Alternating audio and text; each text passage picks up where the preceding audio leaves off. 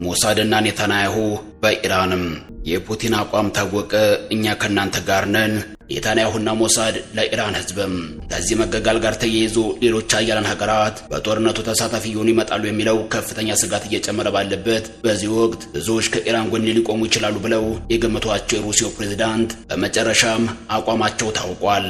ፑቲን በመካከለኛው ምስራቅ ያለውን ጦርነት በድርድር ለማስቆም ጥረት ማድረግ ጀምረዋል። ጉዳዩን በስፋት እናየዋለን። ባለፈው ቅዳሜ ማለዳ አሜሪካና እስራኤል በቅንጅት ኢራን ላይ የከፈቱት ጥቃት የኢራን መንፈሳዊ መሪ አያቶላ አሊ ኻሜኒና በርካታ የኢራን የሲቪልና የወታደራዊ ባለስልጣናትን ከገደለ በኋላ የኢራንን የአጸፋ እርምጃ አስከትሎ ቀውሱን እያባባሰው ጦርነቱንም እያሰፋው መጥቶ ስጋቱ ዓለም አቀፍ ሆኗል። አሜሪካና እስራኤል በጋራ ኢራን ላይ የከፈቱት ጦርነት ከመካከለኛው ምስራቅ አልፎ ምስራቅ አፍሪካንና መላው ዓለምን የሚያሳስብ ብርቱ ጉዳይ እየሆነ መጥቷል። ጦርነቱ ሌሎች ሀያላን ሀገራትንም ሊያሳትፍ ይችላል ወይንም ደግሞ ጦር ሜዳ ላይ ያሉት ኃይሎች ጦርነቱን ከቀጠሉ አሳሳቢ ይሆናል። ጦርነት በባህሪው አውዳሚ ስለሆነም ቀውሱ ዓለም አቀፍ እንደሚሆን ባለፉት ቀናት ብቻ የተከሰተው የነዳጅ ዋጋ ጭማሪ አንዱ ማሳያ ሆኖ በብዙ ዓለም አቀፍ ሚዲያዎች እየተዘገበ ነው የሚገኘው።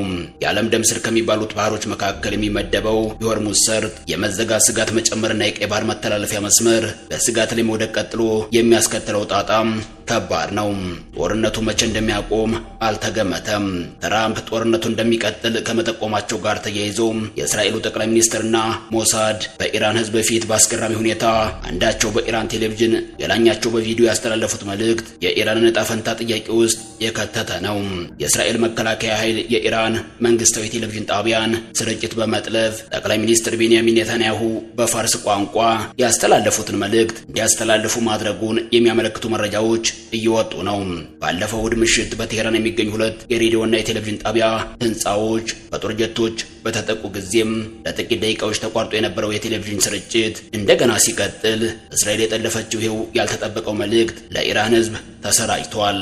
ከዚህ በተጨማሪም የሚዲያ ላይ የዜና ስርጭት እንደገለጸው የጣቢያው ከፍተኛ አመራሮችና የፖለቲካ ዘርፍ ኃላፊዎች የኢራን ከፍተኛ መሪ አያቶላ ኻሜኒ መገደላቸውን ቅዳሜ ዕለት አስቀድመው ያውቁ ነበርም።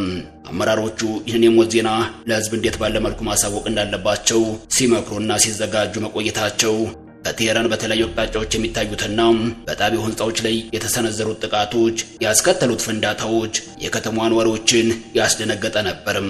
በሌላ በኩል የኢራን መንግስታዊ ሚዲያዎች ለተወሰኑ ደቂቃዎች ከአየር ላይ ከጠፉ በኋላ ስርጭታቸውን ቢቀጥሉም በሀገሪቱ ከፍተኛ አመራሮች ላይ የደረሰው ጉዳት ግን መላውን የመንግስት መዋቅሮች እያናገው ይገኛል።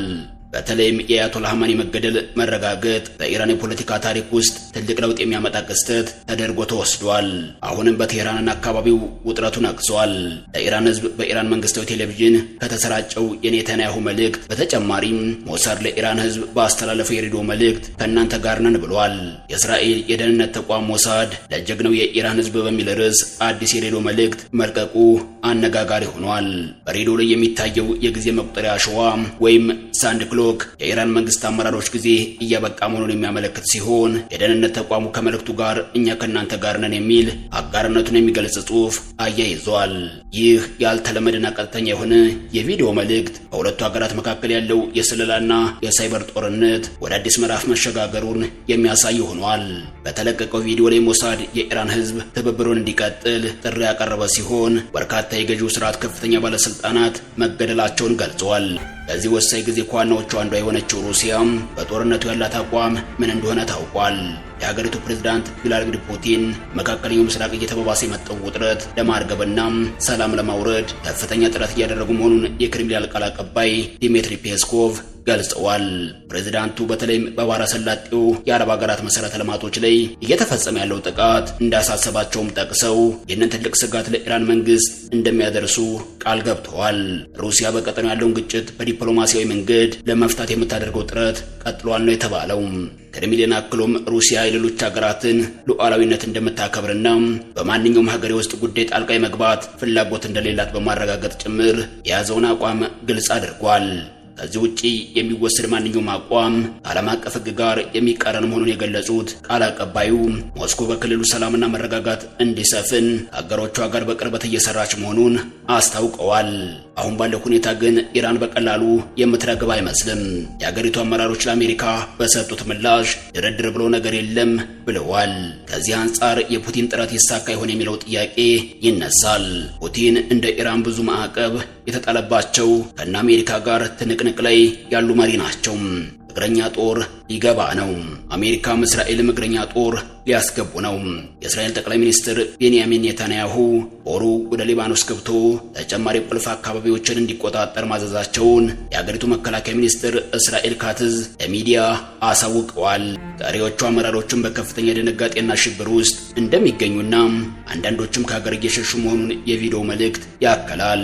ይህ መግለጫ የወጣው በኢራን ከፍተኛ የጦር መኮንኖችና የኒኩሌር ሳይንቲስቶች ላይ የተፈጸሙ ጥቃቶች በመጨመሩና የሀገሪቱ የደህንነት መዋቅር ዘልቆ መግባት ተጋላጭ በሆነበት ወቅት ነው። ኢራን እንዲህ ባለ ሁኔታ በምትገኝበት ሰዓት የሩሲያው ፕሬዝዳንት አደራዳሪ ሆነው ብቅ ብለዋል። በጦርነቱ የፑቲን አቋም ጦርነቱ እንደቀጠለ ነው። ሁሉም የአጸፋ እርምጃ በመውሰድ ላይ ናቸው። ኢራን ለተሰነዘረባት ጥቃት ሁሉ የአጸፋ እርምጃ ስትወስድ፣ በተመሳሳይ አሜሪካና እስራኤልም በኢራን ላይ የአጸፋ እርምጃ እየወሰዱ ነው። ይህም የጦርነቱን መስፋፋት የሚያሳይ ነው። ከእስካሁኑ እርምጃዎች መካከል ጥቂቶቹ ይህንን ይመስላሉ። ኢራን በኩዌት የሚገኘው የአሜሪካ ኤምባሲ ላይ ጥቃት ሰነዘረችም። ከዚያም ኤምባሲው ተዘጋ። በጉዳዩ ላይ ፈጣን ምላሽ የሰጡት ፕሬዝዳንት ዶናልድ ትራምፕ አሜሪካ በቅርቡ የአጸፋ እርምጃ ትወስዳለች ብለዋል። ፕሬዝዳንቱ ለኒውስ ኔሽን እንዴት ምላሽ እንደምትሰጥ በቅርቡ ታሳውቃለች ሲሉ ነው የተናገሩትም። ፕሬዝዳንቱ ይህንን ያሉት ኢራን በሪያድ ከተማ በሚገኘው የአሜሪካ ኤምባሲ ላይ ጥቃት መፈጸሟ ከተሰማ በኋላ ነው። እንዲህ ባለ የአጸፋ እርምጃ እየቀጠለ ያለው ጦርነት ዛሬውን የዓለም ሕዝብ በብዙ እያሳሰበ ነው። ሌሎች ሀያላን በተለይም እንደ ሩሲያና ቻይና እንዲሁም ሰሜን ኮሪያ ያሉት ሀገራት ከኢራን ጎን የተሰለፉ እንደሆን ጦርነቱ ዓለም አቀፍ ሊሆን ይችላል የሚለው ስጋት ከፍተኛ ሆኖ እየተዘገበ ነው ያለው።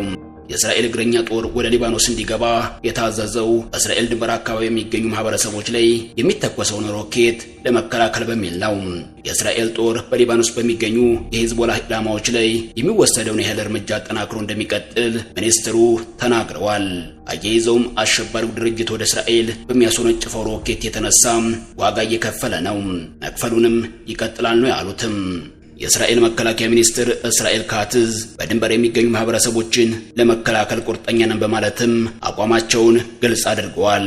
በጋሊሌ የሚገኙ ማህበረሰቦችን ደህንነት ለመከላከል ቃል ገብተናል፣ እያደረግን ያለነውም ያንኑ ነው ብለዋል። የአሜሪካው ፕሬዝዳንት ዶናልድ ትራምፕ በበኩላቸው እንደ አስፈላጊነቱ እግረኛ ጦር ሊያስገቡ እንደሚችሉም ጠቁመዋል። ትራምፕ በትሩዝ ሶሻል የማህበራዊ ሚዲያ ገጻቸው ላይ አገራቸው የተራዘመ ጦርነት ማድረግ የሚያስችለው የመካከለኛውና ከፍተኛ ደረጃ የጦር መሳሪያ እንዳላት በመግለጽ በእነዚህ አቅርቦቶች ብቻ መዋጋት እንችላለን አሉ። የእነዚህ የጦር መሳሪያዎች ከፍተኛ ክምችት አለን፣ ዩናይትድ ስቴትስ በቂ ክምችት አላትም እና ለማክሸፍ ዝግጁ ናት ሲሉ ትራምፕ በማህበራዊ ገጻቸው ላይ ጽፈዋል። በሌላ በኩል ትራምፕ አያቶላህን ሳይቀድሙኝ ቀደምኳቸው ብለዋል። ፕሬዝዳንቱ ከኤቢሲ ኒውስ ጋር ባደረጉት ቃለ ምልልስ የኢራን ከፍተኛ መሪ አያቶላህ ኻሜኒ በእሳቸው ላይ ሌላ የግድያ ሙከራ ከማድረጋቸው በፊት የአሜሪካ ጦር ቀድሞ እርምጃ መውሰዱ መግለጻቸው አነጋጋሪ ጉዳይ ሆኗል። ትራምፕ ሲናገሩ እሱን ከመግደሉ በፊት እኔ ቀደምኩት፣ በእኔ ላይ 2 ጊዜ ሞክረው ነበር፣ አሁን ግን ቀድሜያቸዋለሁ በማለት በኢራን መሪዎች ላይ የተወሰደውን ወታደራዊ ጥቃት አረጋግጠዋል። ማሳሰቢያው ለጥንቃቄው ምክንያት የሚሆነውን የጸጥታ ስጋት ምንነት በዝርዝር ባይገልጽም ዜጎች አካባቢውን ለቀው እንዲወጡ ግን በአጽንኦት አሳስቧል። በጉዳዩ ላይ እየወጡ ያሉ መረጃዎች እንደሚያሳዩት ከሆነ ግን የእስራኤል አጸፋ እርምጃ ጠንከር እያለ መምጣቱን ተከትሎ የአሜሪካና እስራኤልም ተመሳሳይ የአጸፋ እርምጃ ከባድ በመሆኑ ነው። አሜሪካና እስራኤል በዚህ ጦርነት በኢራን ላይ ያቀዱትን ሙሉ በሙሉ ሊያሳኩ እንደሚችሉ ግምት ተሰጥቷቸዋል። ኢራን በበኩሏ በመረጃ አቅሟ ደካማ ሆና ብትታይም ካላት ዘመናዊ መሳሪያ አኳያ የጥቃት አድማሷን እያሰፋች ነው። ይህ የጦርነቱን ቀጣይነት ሊያሳይ ስለሚችል እንደ ፑቲን ያሉ ተጽዕኖ ፈጣሪ መሪዎች የኃይል አስተላለፋቸውን ተከትለው ጦርነቱን ከማባባስ ይልቅ የማደራደር ጥረት ቢያደርጉ በብዙዎች ይመከራል። የመግለጫ የወጣው በአሜሪካና በኢራን መካከል ያለው ወታደራዊ ውጥረት በከፍተኛ ሁኔታ በናረበትና ዋሽንግተን በቴህራን ላይ የምታደርገውን የአየር ጥቃት ባጠናከረችበት ወቅት ነው። እንደ ፍትህ ሚኒስቴር መረጃ የኢራን እስላማዊ አብዮታዊ ዘበኛ ቡድን እንደ አውሮፓውያን አቆጣጠር በ2020 ለተገደሉት ጀነራል ቃሲም ሱሌማኒ በቀል ለመውሰድ ወቅቱ የፕሬዝዳንትነት እጩ የነበሩትን ትራምፕን ለመግደል ሙከራዎችን ሲያደርግ ቆይተዋል።